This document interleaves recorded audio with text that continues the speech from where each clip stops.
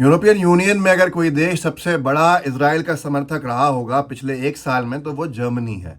सबसे ज़्यादा इजराइल के लिए अगर पैसा यूरोपियन यूनियन में से किसी देश ने दिया है, ईयू किसी देश ने, तो वो जर्मनी है। लेकिन क्या आप जानते हैं जर्मनी को कितना बड़ा आर्थिक झटका पड़ा है? जर्मनी के लिए अब परेशानी के दिन कैसे शुरू हुए हैं ये आपको इस वीडियो में बताऊंगा मैं, लेकिन साथ में रुकिएगा क्योंकि नरेंद्र मोदी जी के एक पत्र ने जो फिलिस्तीन के लोगों के नाम लिखा है, उन्होंने फिलिस्तीन के राष्ट्र प्रमुख जो है उनके नाम लिखा है, उससे अनभक्तों की तकलीफ साथ में आसमान पे क्यों पहुंच गई है। अनभक्तों को क्यों इतनी तकलीफ हुई होगी और अनभक्त कुछ बोलने लायक नहीं बचे होंगे। आखिर ऐसा क्या है उस पत्र में मोदी जी के जो उन्होंने फिलिस्तीन के समर्थन में लिखा है या क्या है, आप इस वीडियो में वो भी देखिएगा। और जर्मनी की आर्थिक तबाही के साथ कैसे कनाडा में एक ज़ायनिस्ट समर्थक जो इजराइल के समर्थन में इजराइल के झंडे लेके परेड कर रहे थे, रैली कर रहे थे, उसमें एक फ़िलिस्तीन की महिला ने ऐसा क्या किया जिससे पूरी देश में दुनिया में चर्चा का वो केंद्र बन गई। जर्मनी के बारे में बात करते हैं। सबसे पहले जर्मनी जिसने अभी अपनी सरकार को कोलैप्स होते हुए देखा, गठबंधन की सरकार गिरी, बहुत सारी परेशानियां जर्मनी में चल रही हैं। इजराइल का इतना भारी समर्थन करने के बाद कि एलन मस्क ने भी एक बार मुझे याद है ट्वीट किया था कि सबसे बड़ा कंट्रीब्यूटर इजराइल के लिए जर्मनी है। यह हैरानी की बात है। खैर, हम आते हैं जर्मनी के साथ हुआ क्या है। जर्मनी इकोनॉमिक कोलैप्स की तरफ चला गया है, आर्थिक तबाही की तरफ चला गया है, उसकी इकोनॉमी क्रैश हो गई है।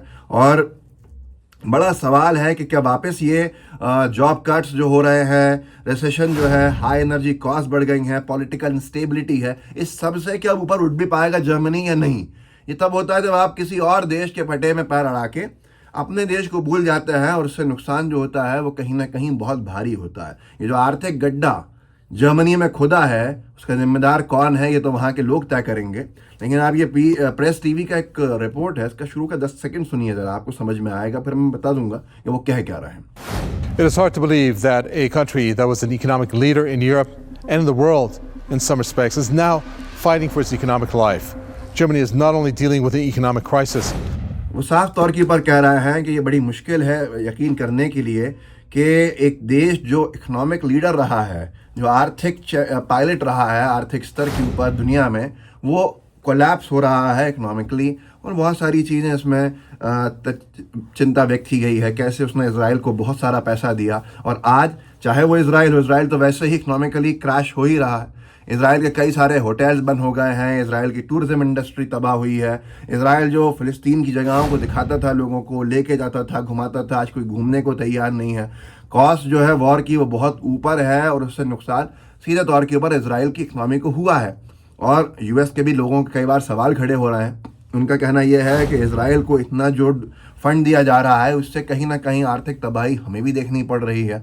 अब ये एक साल के युद्ध के बाद जो हालात दिख रहे हैं वो चिंताजनक भी हैं और वो परेशान करने वाले भी हैं, ख़ास तौर पर उनको जो इजराइल के समर्थन में खड़े थे, अपने देश को भूल कर। पहले उनकी सरकार गिरी और अब कहीं ना कहीं उनकी इकनॉमी जो है वो कोलैप्स हो गई है या हो रही है या हो जाएगी बहुत जल्दी। चिंता उनके इधर चल रही है, जॉब्स काटे जा रहे हैं, लोग बेरोजगार हो रहे हैं, रिसेशन ने तबाही की हुई है जिसकी वजह से जो बिजली के बिल हैं वो बहुत महंगे हैं, तमाम चीज़ें बहुत महंगी हो गई हैं। और सबसे बड़ा वहाँ इलेक्शंस होने हैं क्योंकि सरकार गिर गई है और पॉलिटिकल इंस्टेबिलिटी, पॉलिटिकली जो स्टेट जो भी देश सही नहीं रहता है, स्टेबल नहीं रहता है, वहाँ पर महंगाई आसमान छूती है। और ऐसे में इजराइल की मदद करना इनको कितना भारी पड़ा है ये एक बड़ा सवाल है। सब सारा जहाज़ भी नेवी के इन्होंने ही भेजे थे इजराइल के समर्थन में ईयू के कमिटमेंट को लेकर। तो ये तमाम चीज़ें हैं जिसको लेकर अब लग रहा है कि कहीं ना कहीं आर्थिक तबाही ही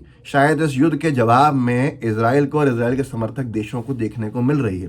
क्योंकि एक देश को तो आपने पूरा तबाह कर दिया है, यूनाइटेड नेशंस के किसी प्रस्ताव को ना मानते हुए, यूनाइटेड नेशंस के प्रस्तावों की धज्जियाँ उड़ाते हुए।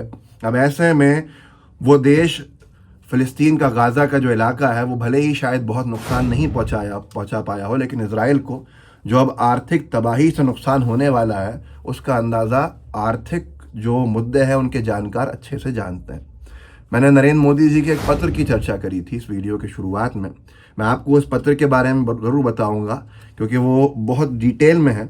और अब यहाँ पर आप ये वीडियो देखिए पहले, एक कनाडा में कैसे एक बहुत बड़े दिल गुर्दे वाली, एक बहुत बड़े कलेजे वाली महिला है, सैकड़ों इजरायलियों के झुंड के सामने अकेले सीना तान के फिलिस्तीन का झंडा बुलंद कर रही हैं। और सिर्फ बुलंद ही नहीं कर रही हैं, बल्कि इजरायली भीड़ को चीरते हुए आगे की तरफ बढ़ रहे हैं।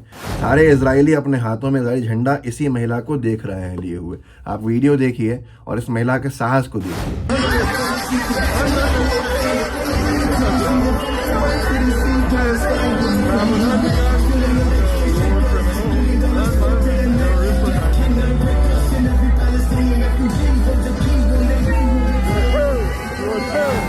उन सब के सामने से निकलती हुई ये कनेडियन महिला, आप सोचिए कि ये है इंसानियत का सबसे बड़ा प्रमाण जो आज भी लोगों में है।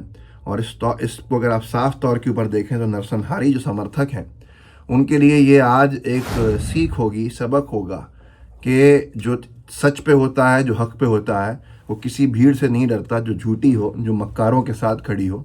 और यही वजह है कि इस महिला का पूरी दुनिया भर में कई जगह पे चर्चा हो रही है। मैं नरेंद्र मोदी जी के बारे में बता दूं सबसे पहले आपको।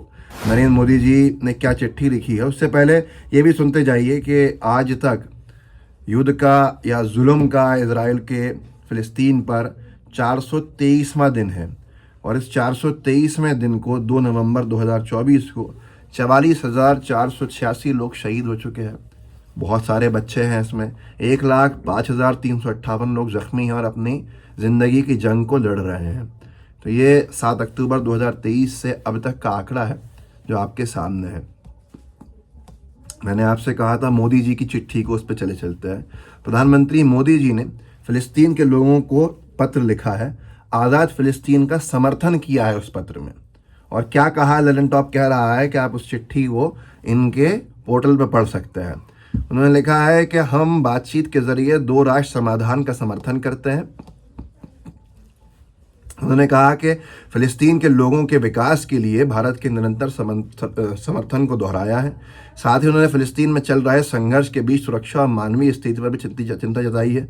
उन्होंने तत्काल युद्ध विराम, जिसका इजराइल विरोधी है, बंधकों की रिहाई और आतंकवादी गतिविधियों को ख़त्म करने की मांग भी की है। 29 नवंबर को जो होता है वो फ़िलिस्तीन के समर्थन का अंतर्राष्ट्रीय एकजुटता का दिवस के तौर पर मनाया जाता है। उन्होंने फ़िलिस्तीन के लोगों के नाम पत्र लिखा है और ये सब है कि भारत का विश्वास है बातचीत और कूटनीति ही स्थायी और शांतिपूर्ण समाधान की कुंजी है, जिससे एक संप्रभु, स्वतंत्र और व्यवहार्य फ़िलिस्तीन राष्ट्र की स्थापना हो सके और वो सब शांति के साथ रह सके। तो आप खुद सोचिए इस पत्र के बाद क्या हुआ होगा लोगों का जो अनभक्त है। वीडियो को ज़रूर शेयर कीजिएगा, लोगों को जागरूक ज़रूर कीजिएगा। जय हिंद, जय भारत। द लाइव टीवी, सच सबसे आगे।